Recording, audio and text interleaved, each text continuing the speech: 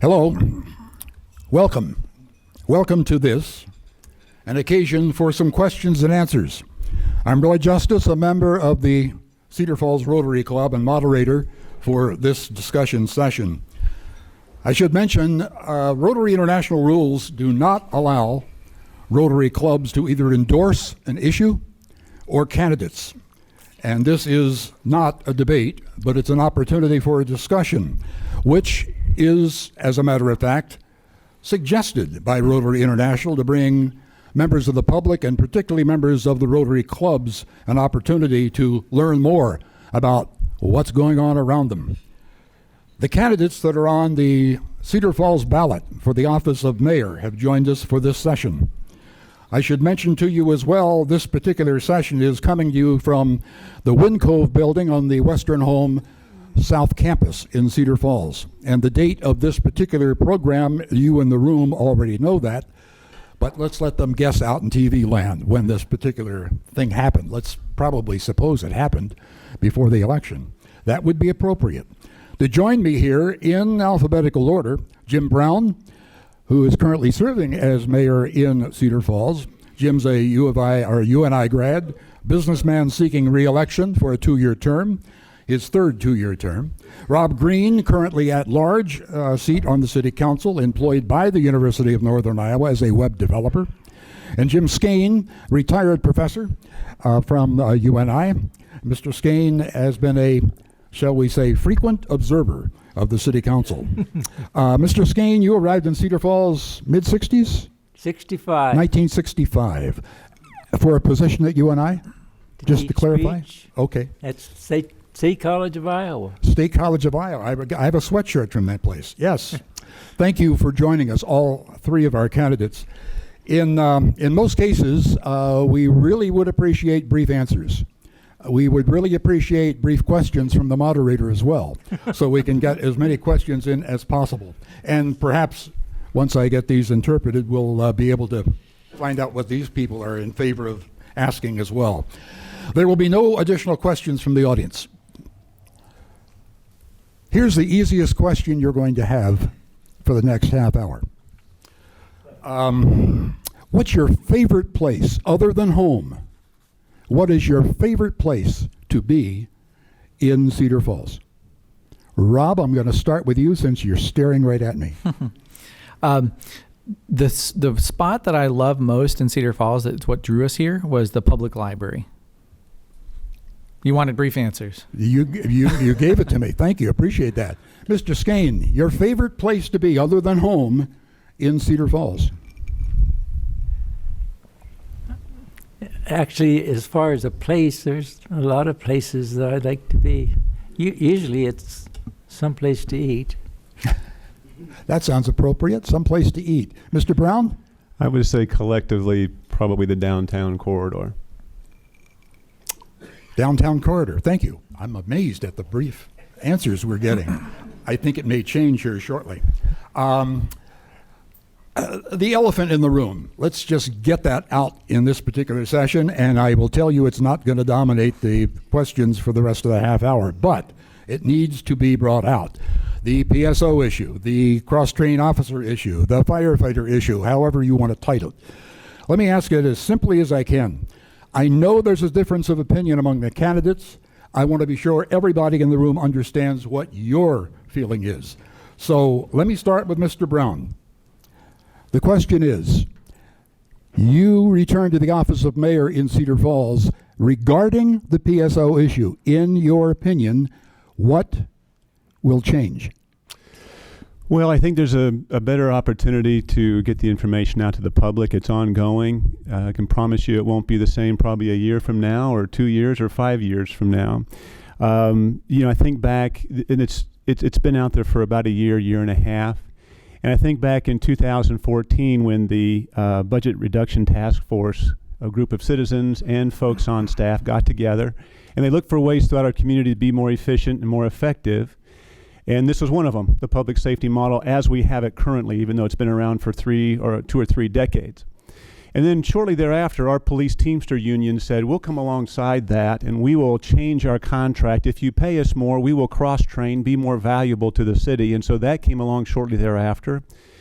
I think about the two mayors and basically the vast majority of council members who have supported that over the years. And just this last March, the Teamster union came back and said, we'll change our contract to allow a 24-hour shift. Someone who's on public safety as a police officer can now be a public safety firefighter, a 24-hour shift. And that was huge to the efficiencies and the effectiveness we have now at the current public safety building. So after all of that sort of setup, I just think, you know, what does this really boil down to? And to me, it's about we cross-train our staff, and are we safe? Cross-training makes total sense to me. Every industry, probably most industries in this room, cross-train to some effect or not, and not just remedial positions cross-training. You're looking at utility companies, hospitals, all those industries cross-train. And right now, all we're talking about is fire to police, police to fire, which we have, and even firefighters to paramedics. And folks say, well, how can paramedics be cross-trained as, or firefighters be cross-trained as paramedics, and police can't cross-train to firefighters? It works. It's all around our country. Last thing, you know, are we safe? It's been around about 12, 18 months. I don't think anybody can look in Cedar Falls the last 12 to 18 months and not say that we are safe. I've been married to Corrine for almost 26 years, 2 teenage daughters. If I didn't think it was the safest thing for my family or yours, I would do everything I possibly could to change course. But it is safe. And to answer your question, I don't know what will be changing in the next couple of years. It will probably be different, but the same structure I think will be in place. Time. Thank you. Mr. Green.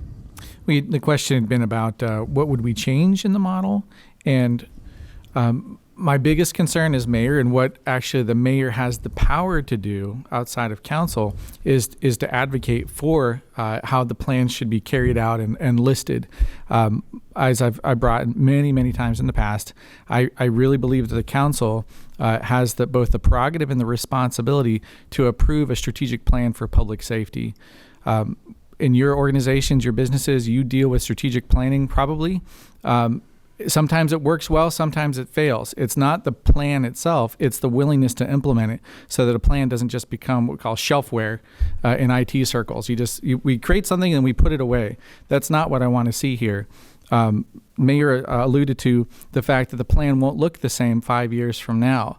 Can we at least agree that we should articulate what we want those plans to be and why, and to do that now, and to have the council approve those plans with the public's buy-in, with a publicly vetted process, so that we can move forward with changes that are needed. I support cross-training.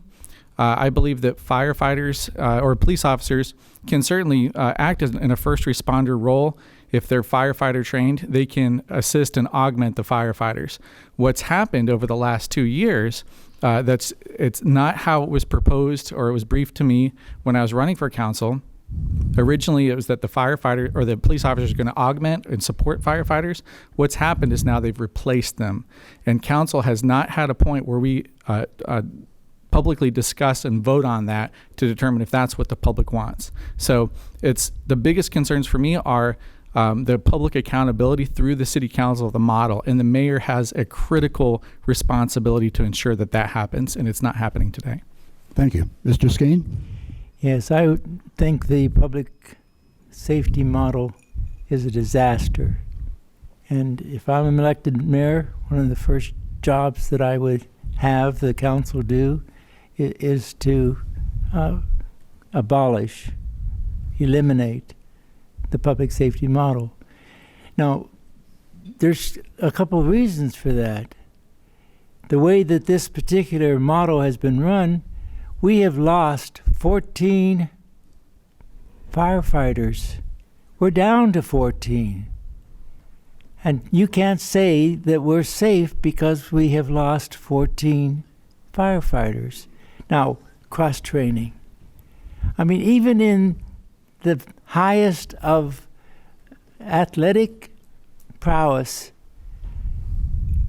people who are brilliant in one sport have a great deal of difficulty doing a cross-trained sports.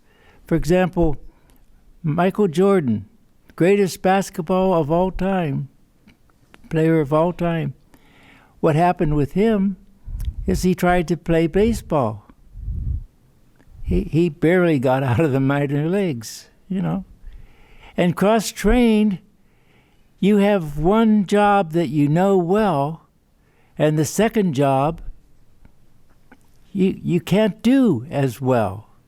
And therefore, I'm opposed to the PSO simply because it produces firefighters, and that's where they go, that are not really well trained. And I take exception to the statement that we have not had difficulty. There have been fires that have burned houses down in that period of time. Mr. Skane, thank you. Somewhat on that same, I'd just like a yes or no answer to this particular question that was graphically submitted to me just a few minutes ago. The fire budget, has it gone up lately? Well, if yes, why? And if not, why hasn't it gone up? Let me start with Mr. Green. I got the last couple. I'd like to be the last to Has the fire respond. department budget gone up? Can another candidate respond first? Because I'm being picked on first each time. You won't be picked on each time, but I want you to answer that question now. I don't believe it is. I don't believe fire budget is being increased. Okay. Mr. Brown, has the fire department budget gone up? It has the last year. That's the question I needed to have answered. We don't have time for the details. Mr. Skane?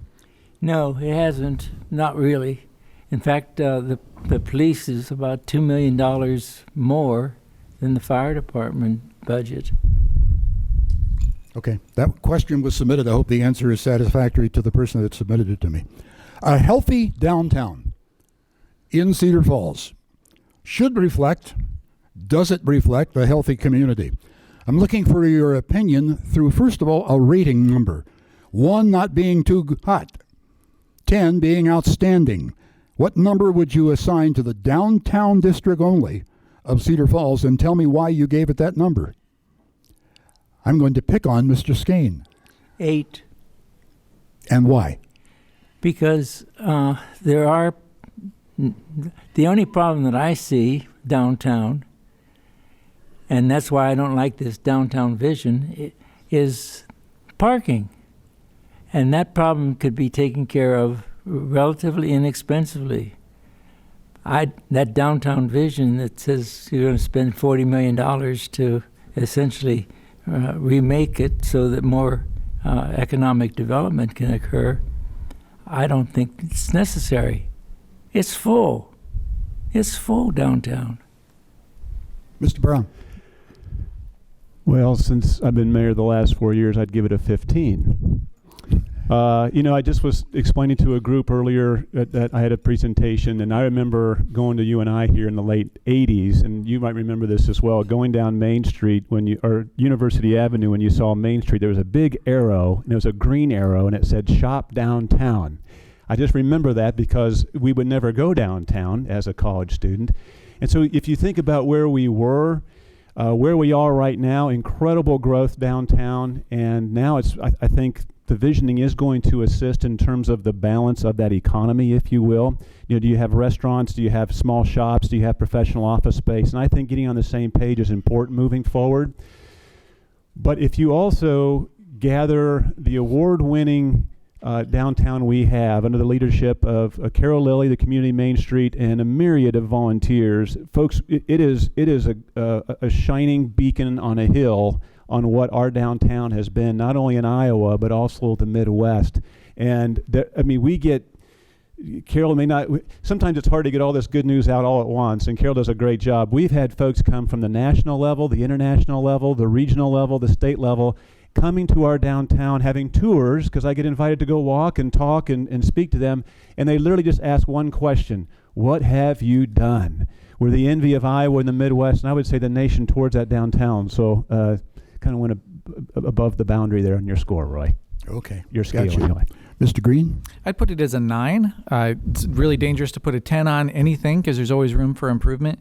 But one of the things that I really appreciate about the downtown area is the confidence that business owners, community investors have in that area, in the vitality of it, and on the belief that it's an area worth investing in. I look at projects like one of our Rotarians is doing downtown to rebuild the storefronts, to make it more beautiful, more habitable. So not only are we looking at additional new buildings, but just the rehab of the existing so that we can repurpose those is tremendous. And to echo on what the mayor said, it's very largely due to the work of Community Main Street as a body that has a vision and a desire to see that part of town grow. I fully support that, and it's one of the reasons why we moved just 6 blocks from downtown. Let's talk about money. It's hard to talk about anything government-wise without talking about money. Here's a hypothetical question for you. I assure you this is hypothetical. I have $1 million. The council has to decide exactly where this $1 million is going to go. There are no strings attached, if you can believe that. But let's start with Mr. Skane. What would be your recommendation where this $1 million would go in Cedar Falls? Into the firefighters union and hire more firefighters. We need to restore fire safety. We don't have it now. Mr. Green? I see the best use of funds that are available like that in smaller investments in our community. If I had my druthers, I'd put it into playgrounds, parks, improve sidewalks in our existing areas. Not for single flashy projects, but just to improve overall the quality of life within the city. Mr. Brown? In this moment in time, Roy, I would take your $1 million you're giving to the city and I would probably put it towards the river improvement project that's been on the docket for a long time, probably 15, 16 years. I am very much in favor of that project. The return on investment for the bank improvements and the in-water improvements, I think will be incredible when it does come forward. The council approved it in the CIP for 2022, but to go to other surrounding communities and see what that project has done in those two areas, it's just going to be another level of destination that folks will have for our downtown. Thank you. Economic development, that's a buzzword, has been a buzzword for decades. How are we doing? How are we doing in economic development? Mr. Brown, since you have the microphone, well, one of them. I think we've done very well the last number of years. I give those that came before me a lot of credit for establishing what we have for business and industry to come to Cedar Falls. Just one measurement's the new taxable valuation each year. Those dollars come in. You've heard me speak of that before. The last 3 years, we've averaged about $122 million in new taxable valuation. That's counting up someone building a deck in their backyard and a big box store, if you will. A good number for a community our size, a good number for a new taxable valuation would be about $80 million. So that's just one measurement, but if you look throughout the different corridors, we're really poised, I believe, to continue that growth. What that does is allow a bigger tax base for the citizens, as many in this room, all in this room know. That helps pay for those quality of life features that we do enjoy. Our valuations have gone up, our taxes have gone down. Once again, I'll claim I believe we're the envy of Iowa in terms of our finances, and of course I think having those principles in place moving forward as we have in the past will be crucial in years to come. Mr. Green? So I would continue the current economic development strategy. I think Mayor Brown's done a tremendous job in engaging and recruiting businesses into, and also to expand operations in Cedar Falls, and I have a lot to learn from him in this regard. Growth is, in my view, a positive outcome of many interrelated decisions. And our challenge as a community will be to retain our core DNA, what makes Cedar Falls unique, while also moving forward progressively as a community. So a very broad answer, but I'll just say too, because it came up in the last debate, this question about hyper growth.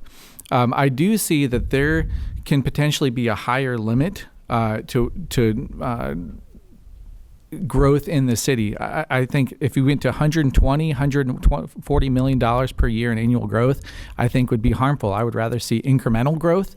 What that exact number is, I don't have, but I certainly think that we have to be careful about losing our core identity as a city if we just become a boom town, and I don't think that's positive. Mr. Skane. Economic growth is fine if the companies coming in are paying full fare. But this program that they have is highly subsidized.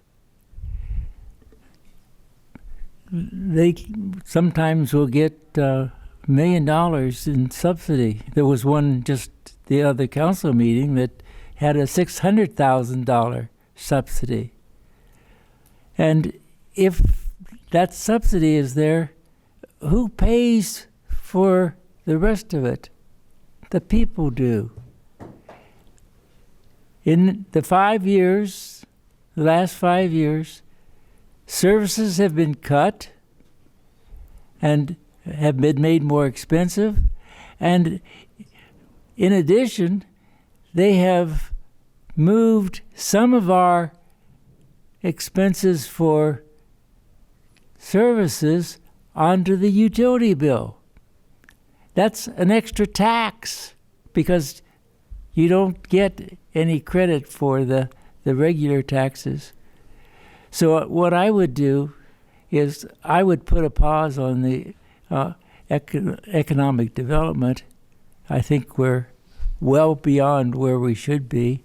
And then I would have the services restored so that people don't have to have a one-side trash pickup, that they don't have to have expensive surfaces for even the leaves that you pick up. And as a result, my alley, I have pictures of it. It's worse than most country roads are with rutted, and yet evidently there's not enough money to maintain them. We visited the subject matter of zoning, not a real popular unless you're in a neighborhood that's getting rezoned, or you have a business that matches up against something that won't allow you to do what you'd like to do. My question is, with your knowledge of what the zoning code is today, are there any places in Cedar Falls that bother you or give you concern as we examine or re-examine zoning in Cedar Falls? Mr. Skane, I'm going to start with you. This is an issue that I think people need to focus on because there's more and more indication that areas that were in good shape as far as zoning are now under the attack. There was, I think, an effort, and there is an effort, to open up more places to in the residential area to businesses. And I think that this is not necessarily a positive development. So I'm going to watch that zoning process go forward. But I think we have to be careful about what they are proposing. Mr. Brown. Well, it's been a topic the last year and a half, I believe prompted, the rezoning has, because it's been prompted by a project on the Hill that took forever to go through because of the mixed-use zoning confusion at the time. So I do believe it needs to take another look, mainly downtown, which the council is doing with the visioning process, and I believe with College Hill. I know last year at the goal setting, the council really wanted to take a look at the zoning prospects down the University Avenue corridor. So I believe those are the good first places to start, but it's quite a process. And we have some great volunteers in our Rotary Club for planning and zoning. They understand that process Because if you go through rezoning, or if you just want to put up a building, or you want to, have a new building downtown, you have the certain zoning aspects that you have to come into code with. But it might just be affecting the neighbor to your left or your neighbor to the right. When you start rezoning a whole entire area, you are reaching 360 around where you might want to build. So it's a arduous process. It's important. The city has not done that since the 70s. I believe personally it needs to be more streamlined. I'll never forget one developer, beautiful development here in town. He said, "Boy, we just got that through, but it was a death by 1,000 cuts." That shouldn't be the way a developer describes developing in Cedar Falls. I do believe as council moves forward, they'll take a good hard look at form-based zoning. I don't have time to describe that, but really it almost just streamlines everything. Here's a lot you can do this, and here's a lot you can do that, and you can move through there. So those folks who want to spend their capital, they want to invest in our community, will be able to say, I'm this kind of developer. I know there's 2 or 3 lots that I can do this downtown or on the hill or on University Avenue. Streamline that for the future development that we can see coming.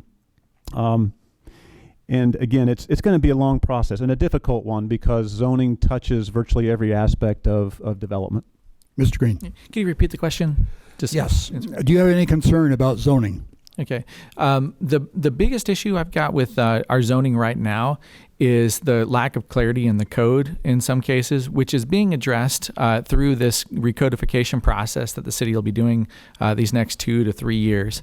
The mayor mentioned a project on College Hill. There was a 5-story building. It was one that I had originally voted against. And then the reason for that was that the property, it was a 5-story building. 4 of the floors were residential and 1 of the floor was commercial. And according to the language of the code, it said that the main use or the building is residential versus commercial based on the main use of the building. And that was the key phrase, was what's the main use? And I'm looking at it as a new council member. Had about a year of experience or a couple months of experience in at that point. I'm thinking the main use is 50% at least. And instead it was the city's view and the developer's view and planning and zoning originally, they saw that as long as the ground floor was commercial, then it was an entirely commercial building. And that showed to me the ability for us to use some, when I view, kind of tortured logic in order to get try to get these projects approved. And I think that with our zoning laws, in order to make it so these projects, which I was in favor of that one, the idea of it, make it so the developers have less ambiguity and leave less interpretation to council of whether something gets approved or not. It should be very clear in the code so developers don't have to question. I'm going to move through about 15 different questions I had here to get to one that's another elephant in the city. It's called the University of Northern Iowa, and it's not what it used to be. When I walked that campus for the first time back in never mind. I'd like to think there's something that Cedar Falls can do. What is the something that Cedar Falls can do? Mr. Skane? I have a document that talks about what has happened to the University of Northern Iowa and what needs to be done.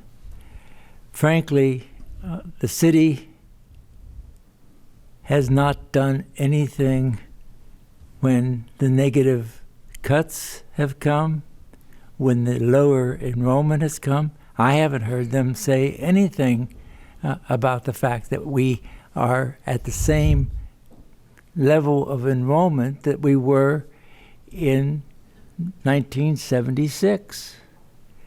And so I believe that it is a mandatory function. I mean, we hear them talk about economic developers. We don't hear them talking about the University of Northern Iowa, the biggest employer in the city. Mr. Brown. Sure. I graduated from UNI, and I've seen the changes from the campus as it relates also to the city. But as the city, I view UNI as a partner collectively. And so as mayor, what I have done and what I would continue to do is to build those relationships, which is very good with the Nooks, with the Walparts, Michael Hager, the 2 provosts there last mentioned. It starts with that sort of relationship to see what kind of partnership can be had there.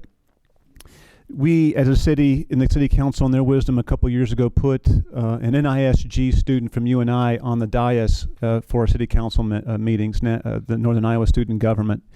It's been a nice addition for the city to have that partnership with the engagement that the leadership is looking between UNI students and the city. That was, I think, a big piece to do so and bringing that student liaison on board. We also are doing a job shadow for someone in administration at the UNI campus to job shadow our city administrator. So little things like that I think are good. And again, it does bode back to the economic development. We're in constant communication with Michael Hager to see if they are looking to do something different on 27th Street, on College Street, on Hudson Road. That's the purview of the city. Those are city streets. But then how do they want to take a look at that partnership to maybe improve, to maybe rezone some areas for those kinds of development? And then ultimately, the public safety as well. There's a close and good relationship between the UNI police officers, if you will, our state troopers, and our CFPD, and of course our overall public safety department. So those are the important partnerships to help move forward, and we have done that, and we'll plan on continuing to do that. Mr. Green. Everything Mayor Brown said. Gee, thanks for your brevity. I promised the candidates I'd have a minute to wrap up, and we're about running out of meeting time here at the Rotary meeting. But I'm going to ask you, if you please, sum up where we are today, in your opinion, and make your final pitch, if you will. I'll give you a minute. Mr. Skane. I think the new mayor has to be concerned about restoring the services to the people. Restoring the University of Northern Iowa, restoring University Avenue. And I believe that there are so many things that have happened that have disadvantaged the people. And I know, because I listen to the people, what they want to have done in order to restore the situation. Mr. Green, would you summarize, please? Sure. I've got my quick closing statement. With 7 days remaining until the election, hopefully you have enough information to make an informed decision of who will serve you in the mayor's office and city council. Over the past few months, you've observed differences in all of our platforms, temperaments, skills, and philosophies, and are ready to make the next step. A vote for Brown is a vote for the status quo. A vote for Skane is for radical change, though he makes promises he can't carry out as mayor, like ending the PSO model himself. He said, one of the first jobs I would have council do is abolish the PSO model. It's not his ability to do that. It's up to council. So in my platform, you'll see I'm proposing reforms to how government is executed and how that information is made available to the council and to the public. These reforms are well within the purview of the mayor's responsibilities, and I'm looking forward to carrying them out in your behalf. If you'd like to see more about my platform, it's at robgreeniowa.com/mayor. Mr. Brown. Well, thanks for Rotarians, Western Home, Channel 15. Appreciate the opportunity to speak here. I ran 4 years ago in my business and economic development background, my communication skills, leadership. I'll continue to focus on those things, the status quo, if you will, because I think we're doing pretty darn good along those areas, with an emphasis more on the high-tech sector. It's been an honor to serve this great city, great people, great civic-minded folks like yourself, the generous folks that we have around our community, our faith-based community. I just want to continue that, and I ask for your vote November 5th. Thank you very much. On behalf of the Cedar Falls Rotary, thank you for appearing, candidates. Thank you for your willingness to serve this community. That ends our session with the candidates. Thank you for joining us.